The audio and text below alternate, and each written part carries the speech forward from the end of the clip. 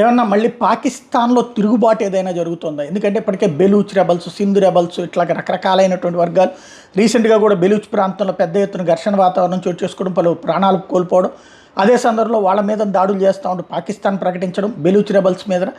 టోటల్గా చూస్తే ఈ మధ్యకాలంలో ఈ ఒక్క నెలలోనే దాదాపుగా 30-40 మంది ప్రాణాలు కోల్పోయారు. అందులో పాకిస్తాన్ సైన్యం కావచ్చు, అదే సమయంలో పాకిస్తాన్కి సంబంధించినటువంటి ఐఎస్ఐ విభాగానికి సంబంధించిన వాళ్ళు కావచ్చు, వీళ్ళందరూ కూడా.